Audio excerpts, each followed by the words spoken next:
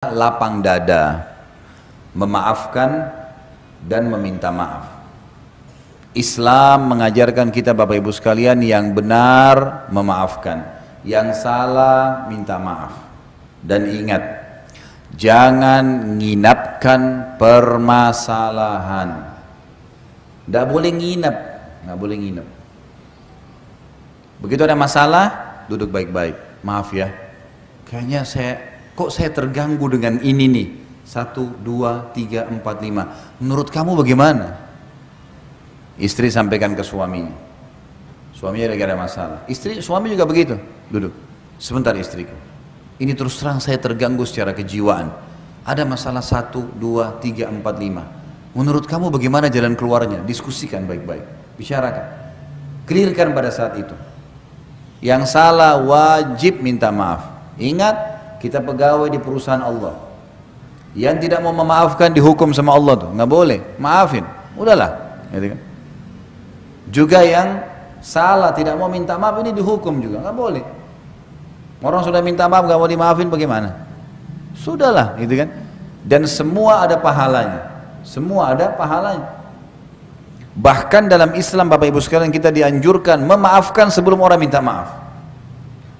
Misal gini, ada orang menggibah, mencoreng nama kita, atau memfitnah kita misalnya. Sakit hati? Ya sakit hati. Cobaan. Kalau tidak ada cobaan, dari mana kita dapat pahala sabar? Nggak ada pahala sabar. Oh cobaan saya berat. Ya makin berat, makin besar pahalanya. Kata Nabi SAW, Inna idhamal ajr ma idhamal bala. Pahala yang diberikan oleh Allah, bobotnya akan seberat cobaannya. Cobaan makin berat, makin besar pahalanya. Bahkan cobaan ini Bapak Ibu sekalian ada dua manfaat besar yang banyak orang Islam tidak tahu. Padahal ini dalam agama mereka. Yang pertama, cobaan itu akan memaksa dia tanda kutip dekat dengan Tuhannya. Dan kita akan jauh dari kemaksiatan. Kita kalau lagi ada cobaan, ada penyakit, ada masalah, tidak ada peluang bagi syaitan untuk membuat kita berbuat dosa tuh. Diajak teman-teman ngumpul-ngumpul, buang-buang waktu. Aduh, lagi ada masalah. Tidak deh, nanti lain waktu. Dan kalau dia lagi ada masalah, berdoa, ibadah sama Allah, pasti khusyuk, enak tuh.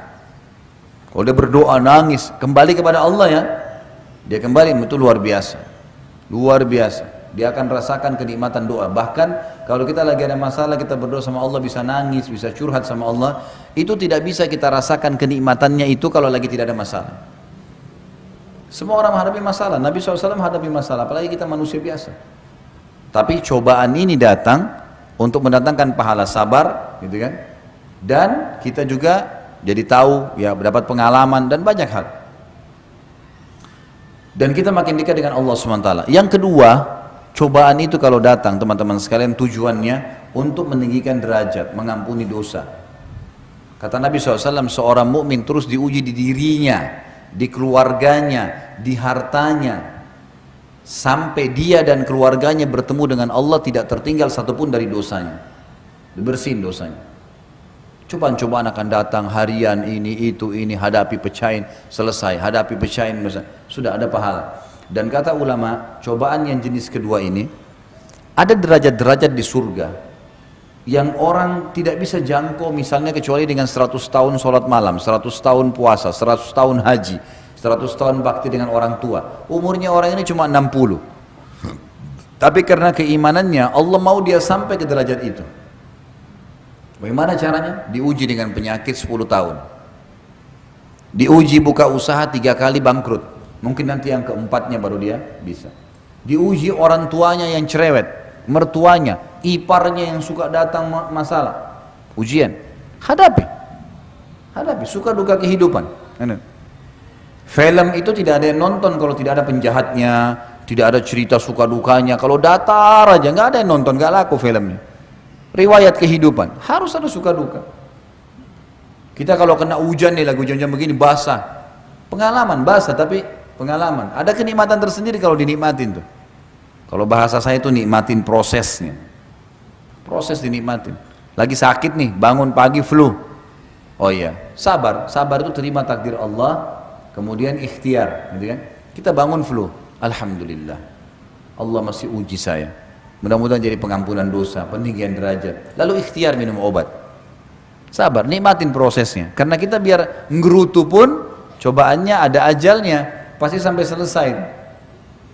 Ada saatnya dia akan selesai. Jadi kita harus lapang dada, menerima, termasuk sini menerima kekurangan pasangan. Tapi ingat, yang punya kekurangan tidak boleh tinggal dalam kekurangannya, berubah. Orang mukmin harus meningkat menjadi lebih baik dari sebelumnya. Nggak boleh vakum. Saya gini orangnya, kau terima silakan, tidak terima nggak usah. Nggak boleh dong. Itu bodoh namanya. Masa kalau dia kurang kemudian dia tidak mau berubah? Fair, terima. Oh iya baik, saya akan berubah. Bantu saya ya. Ayo sama-sama. Suami istri harus begitu. Nggak, kalau kamu nggak mau terima ya sudahlah. Kadang-kadang suami tegur istrinya, cobalah kalau bangun sholat subuh, habis sholat subuh buat sarapan, aktivitas, jangan langsung tidur. Misal, baik, tangkap positif. Istrinya harus berpikir, oh iya ya, mungkin ada baiknya lah. Mungkin suami saya kena pergi kerja pagi. Kadang-kadang ada istri tidur, suaminya pergi kerja. Dia nggak tahu suaminya pergi sarapan, cuma pembantu yang siapin. Karena hanya mendahulukan tidur pagi. Untuk apa ini? Lalu suaminya bahasakan baik-baik. Terimalah, gitu kan? Baik, latihan. Kalau gitu bantu saya ya, gimana caranya? Mungkin kalau malam kita lebih cepat tidur ya. Baik, kalau mungkin saya masih ngantuk maklumi ya, beberapa hari nanti saya berubah. Kan baik ya, menjadi lebih baik. Bahkan kata Ali radhiyallahu anhu, saya akan menjadi hamba sahaya, saya siap mengabdi dengan seseorang yang mengajarkan kepada saya satu huruf. Artinya saking pentingnya belajar untuk meningkatkan skill kita. Bodoh orang kalau selalu seperti yang lalu-lalu atau bahkan lebih buruk. Kita harus setiap hari meningkat, kualitasnya harus selalu naik dan kualitasnya harus dipaksa. Nah itu, harus bisa menerima masukan. Begitu pula misalnya istri lihat suaminya mungkin selama berumah tangga sama orang tuanya biasa main buang handuk sembarangan, berantakan sepatunya nggak teratur. Mungkin istrinya biasa rapi, suaminya begitu. Jangan langsung marah, berikan masukan. Ini sebenarnya mana yang lebih baik sih kalau berantakan begini dengan rapi? Kan lebih baik kalau rapi. Ya udah saya begini orangnya, terserah kamu kalau kau nggak mau. Apa fungsinya kau sebagai istri? Nggak boleh nih, nggak boleh. Oh iya ya, tangkap secara akal sehat. Oh iya benar. Baiklah, ingatin ya. Kalau saya memang salah, kan enak ya? Kan enak kalau begitu. Nggak boleh mudah tersinggung nih. Ya. Ini tersinggung ini bahaya, senjata syaitan. Nggak boleh.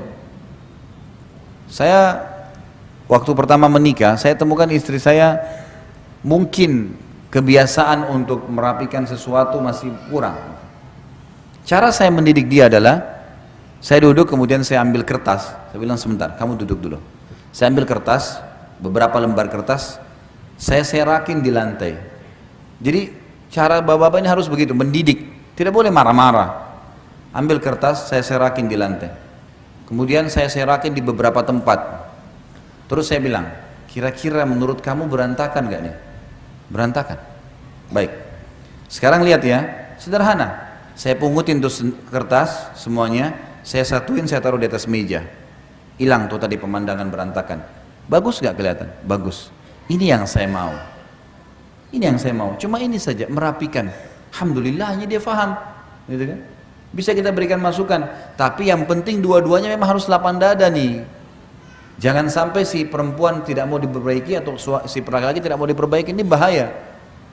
Ini kalau mau rumah tangganya bertahan ya, kita bicara masalah pilar mempertahankan rumah tangga. Insya Allah itu rumah tangganya abadi, insya Allah. Bukan cuma dunia, sampai di akhirat. Karena orang mukmin tahu kalau tidak cerai, mereka akan bersama di surga juga. Artinya abadi nih. Sekali akad maka akan sampai di sana. Ini penting ya. Jadi harus bisa lapang dada, memaafkan dan meminta maaf. Tentu banyak hadis-hadis ya yang berbunyi tentang masalah ini.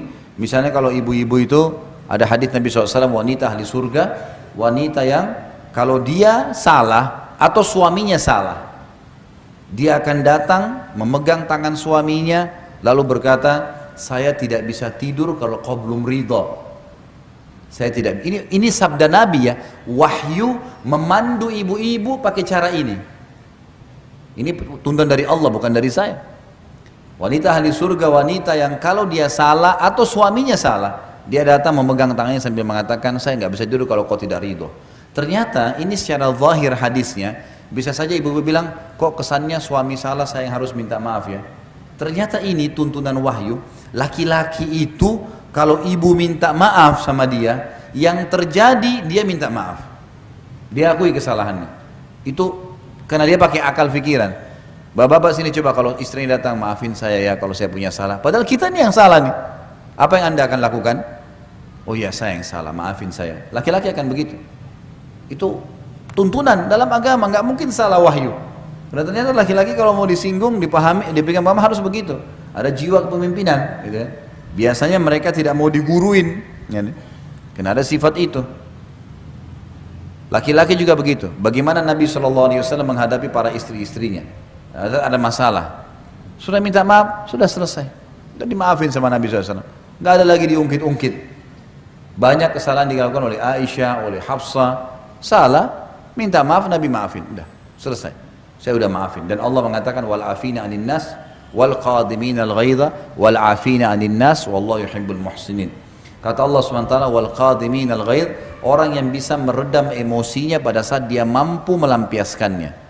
Ini laki-laki nih, kita jadi suami, kita benar nih, istri kita salah. Kita bisa lampiaskan salah itu sebenarnya, marah. Tapi kita redam malah, namanya qadimin al ghaidh. Ghaidh itu emosi yang kita dalam kondisi benar. Ibu-ibu lagi benar nih, suaminya yang salah, tapi qadhimin al-ghaidh, meredam emosinya, nggak mau dilampiaskan, gitu kan?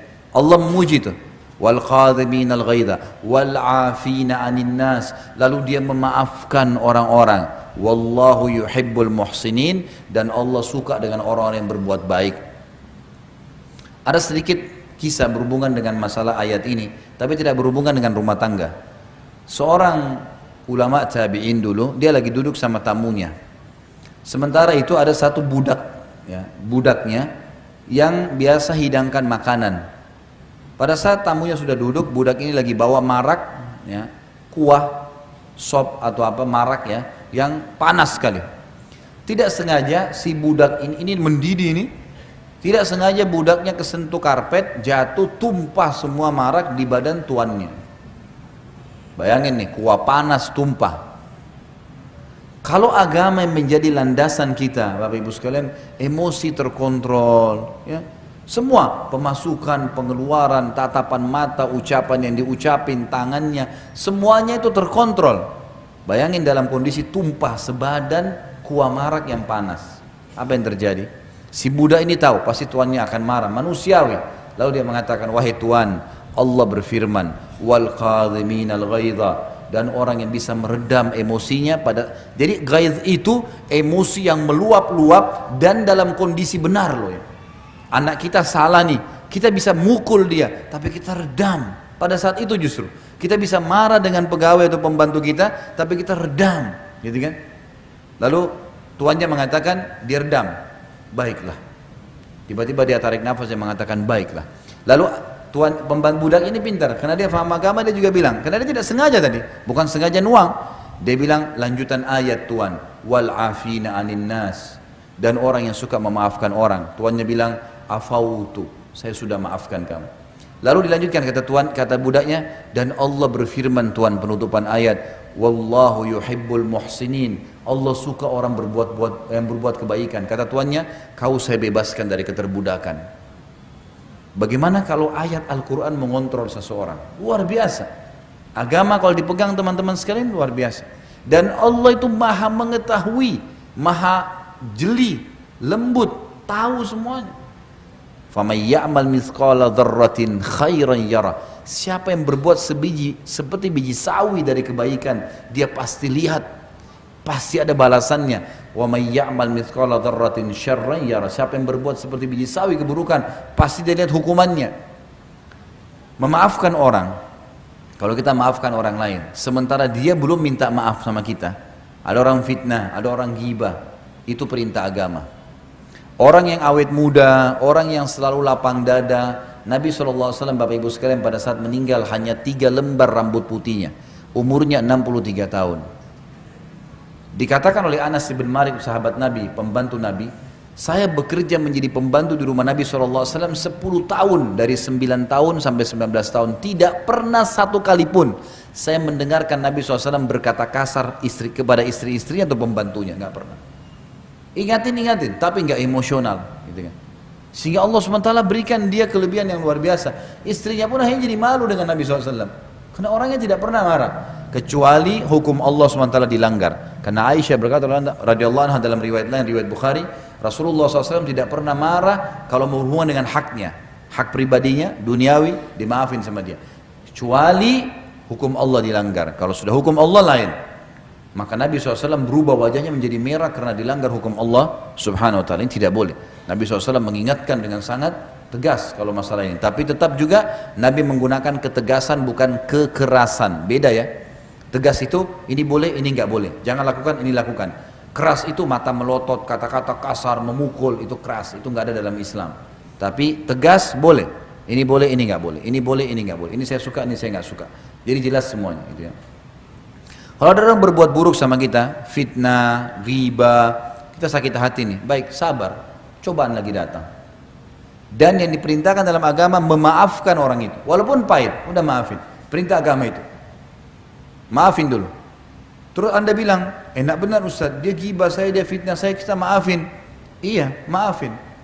Lalu bagaimana jalan keluarnya? Dia enak sudah berbuat salah, nggak perlu khawatir. Allah akan menghukum seseorang selama dia belum memenuhi syaratnya. Apa syaratnya kalau orang buat salah? Hah? Minta maaf. Kalau kita maafkan sebelum dia minta maaf, kita dapat pahala, meredam hati kita dari penyakit-penyakit hati, kita bisa lega tidur, bisa lega makan, tapi dia tetap dihukum sama Allah kalau dia tidak minta maaf. Karena ada hukuman di situ. Kecuali dia minta maaf, nah itu lain. Makanya kita disuruh maafin. Sudahlah, legohon saja. Tenang aja, gitu kan? Maafin orang lain, maka akan tenang hidup itu. Gak ada makanan, ya sudahlah. Gak ada makanan. Saya pulang ke rumah, ada makanan? Gak ada, tadi gak masak. Bisa saya beliin di sebelah padang? Beli aja, gak apa-apa. Bawa sini, gak masak. Makanan. Mau ribut gara-gara tidak masak? Sudahlah, maafin. Asal jangan juga istri ini setiap saat tidak masak juga, akhirnya suaminya mungkin mau cobain masakannya yang jadi masalah. Selama urusan dunia, toleransi saja, maafin, kan gitu. Tapi kalau urusan agama nggak boleh, nggak pakai jilbab, nggak tutup aurat, nggak sholat, nggak jalani kewajiban, nah ini lain.